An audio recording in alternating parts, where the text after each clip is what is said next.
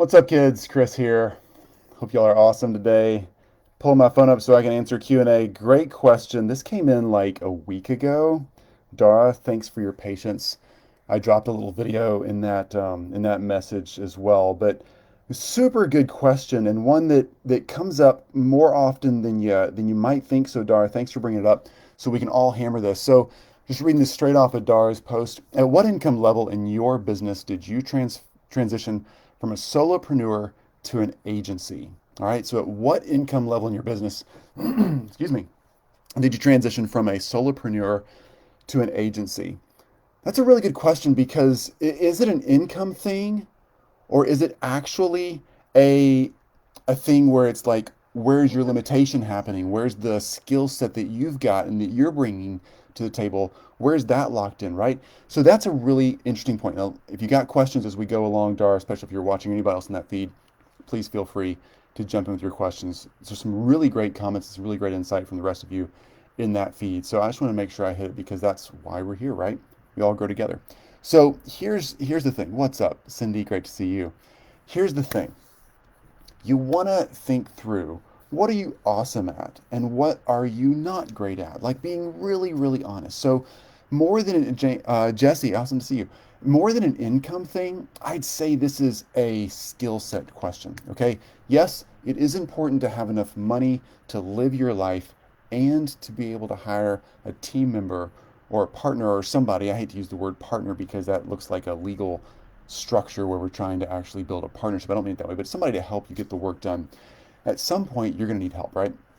Most entrepreneurs, I say most, big generalization there, but if you're in the done for you services, if you're in coaching, consulting, those kind of services where you're working one on one or even in a group setting, Joshua, it's awesome to see you. Most of us kind of cap out at around $250 to $500,000 a year in income by just hustling, right? We're really, really good at hustling. That's what makes us entrepreneurs. We know how to solve problems.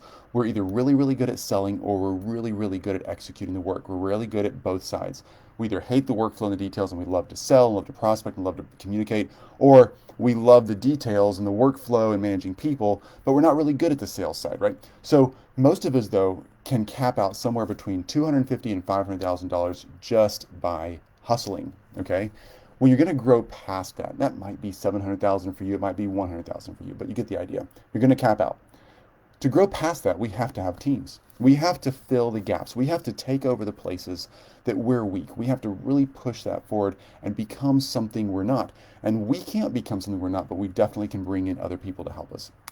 So, Dar, your question really strikes really at that. It's not as much an income level as it is, where are you when you can first afford to have somebody help you with your weakness? Okay, Dar, I don't know what your weakness is. You may be the most amazing person in the world and have zero weaknesses.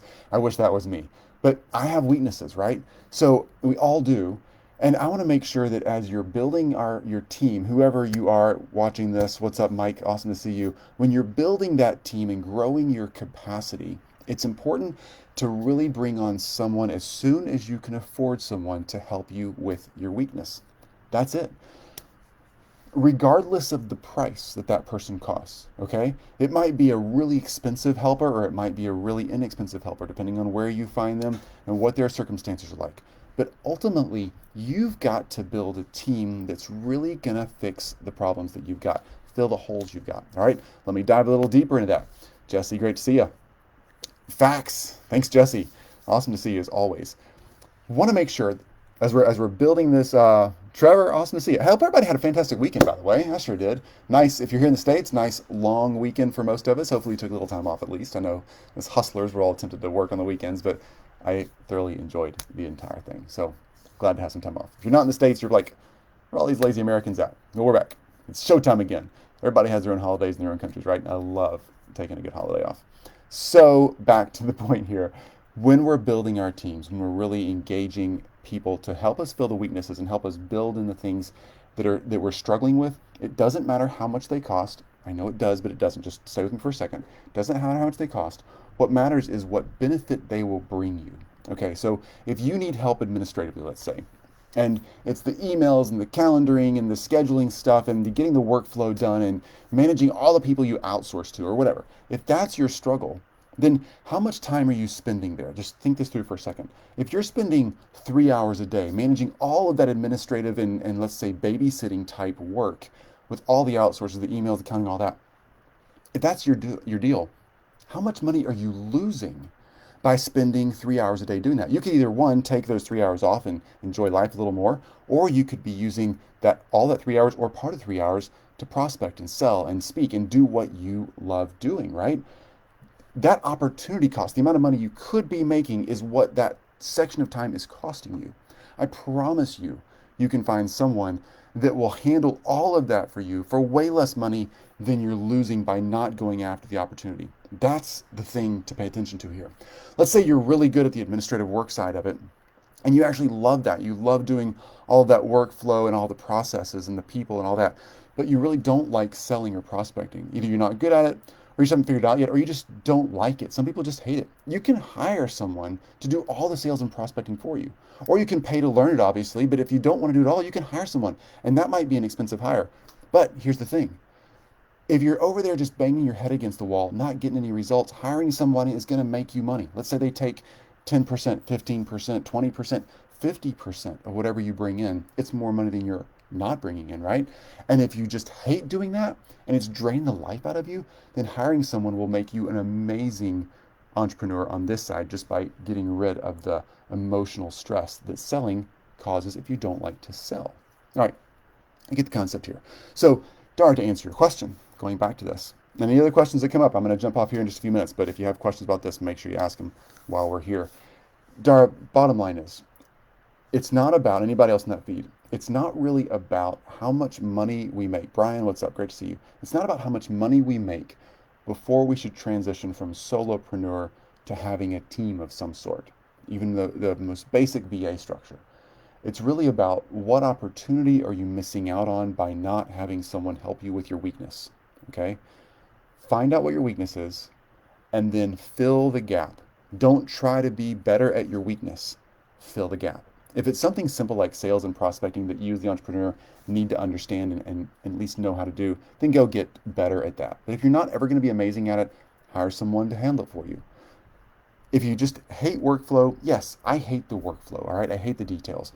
My team does an amazing job at that. But I know what they're doing. I know what's going on over there, but I don't have to get involved in the details anymore, right? Kelton, awesome to see you. Is white labeling a good idea? Let me answer that question in just a second, Kelton. That's a super good question. Bottom line is fill the gaps, fill in the things that you're not good at with team members, with staff, with outsourcing, with something, with white labeling, whatever it is. Find someone to help you with that. White labeling is kind of a different topic, so let me just know that in a second. Fill the weak spots, all right? Because if you don't, you will look back a year from now, 2 years from now, 5 years from now, 10 years from now, and realize how much opportunity you lost by not just simply outsourcing. So back to Dara's question, just as a point and a way to get started there. Let's say that you're building your agency and things are tight and you're like, I don't know, Chris, oh my gosh, you want me to go hire somebody? Right now I'm just trying to hustle and make enough for me and my family. You know, it's COVID, it's all this stuff. What am I going to do? Simply find the next client or find a little more space, find a way to upsell existing clients, find a little space. Get an extra $300 to $500 coming in the door. And instead of taking that home, use that to hire somebody and buy an hour or 2 hours of time per day from someone that can help you. A VA, someone in your country, someone out of your country, doesn't matter where they are, find someone who can help you fill your weaknesses. Train them in what you do, train them in the stuff that takes the most amount of your time but generates the least amount of income for you, and hand those processes off. Then immediately turn around. That might take you a week or two. Then immediately, as soon as those time and those minutes get freed up, turn back around and start forcing yourself to do more growth work, more prospecting, more sales, more of that kind of stuff, or whatever it is for you, to really go after it and get the things done that you need to get done. All right? That is what you got to do. Once you do that, it starts amplifying your growth rapidly. All of a sudden, you start scaling and growing. You start building the skills and to delegate. You build the processes in. Your sales and prospecting will go way up. All the things start gelling. That's oversimplified, but that's the stuff that has to be done. So the answer to the question is not how much money do you have to make before you quit the solopreneur and move to the team-based model. It's really looking at the opportunity cost and looking at where your strengths and weaknesses lie and filling those weaknesses now, just as soon as you can. If you don't have the money right now, then do everything you can to go prospect and find a new client like in the next week or two. And the money from that client goes to hiring someone to help you. That's the most straightforward answer I can give. Done this many times and coached many other agencies through this process. That will work.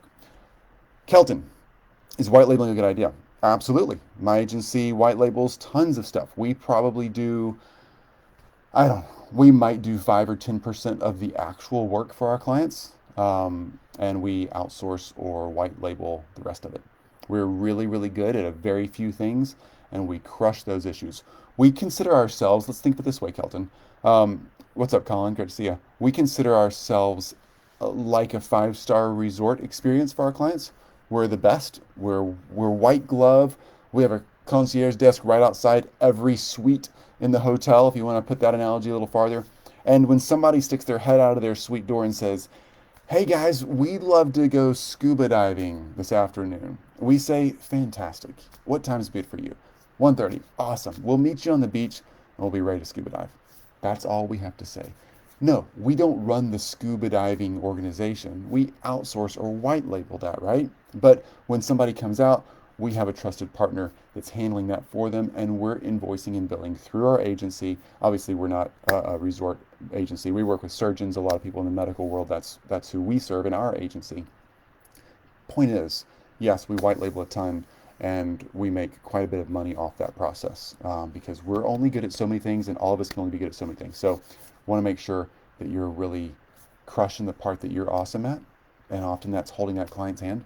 If that's what you're good at, Kelton, then white label the other stuff. There's no need to learn. I was talking to someone named Heather in our group this morning, and she's amazing at Pinterest, right? She's crushing the Pinterest market and taking people through how to generate traffic leads and attract clients in the Pinterest space. I'm not good at that. I don't even have a Pinterest account. So I would lean in on someone like Heather to actually get that done because that's going to save me a lot of money. Let Heather pursue her expertise and let our clients win together. And that's what's way more important. And if it's something like that and it's like kind of a once-off thing where our clients don't maybe need that as much as some other clientele, I might not even ask if we can partner with Heather. I might just make the introduction. Sometimes white labeling, what's up, Cindy? Sometimes white labeling is not the thing to do because if you don't want to have to be in the management and the constant client communication, hooking people up and making things happen, then just simply handing out an amazing client a referral and sending it on to somebody who's awesome in your community is absolutely the best way to do that.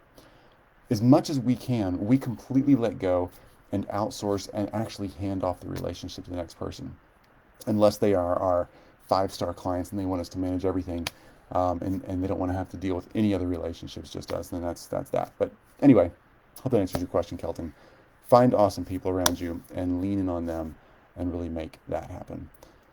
Cindy, great to see you. Love the resort story.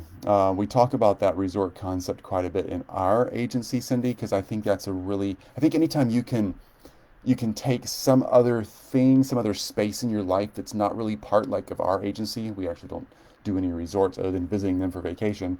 If you can take some other experience though and make that a connection point for agency, where you can model what we do off of that resort model, then it helps us all as a team really kind of see what's going on and be like, oh, that's what we need to do. So thanks, Cindy, and yeah, super easy way to do that.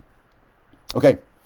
Hope I've answered everybody's questions. If you have any more questions, obviously drop them in the comments down here. We'll try to catch up on them. We'll be doing this live again on Thursday. Tomorrow's Wednesday, and I try to take Wednesdays off and paddleboard the most I can.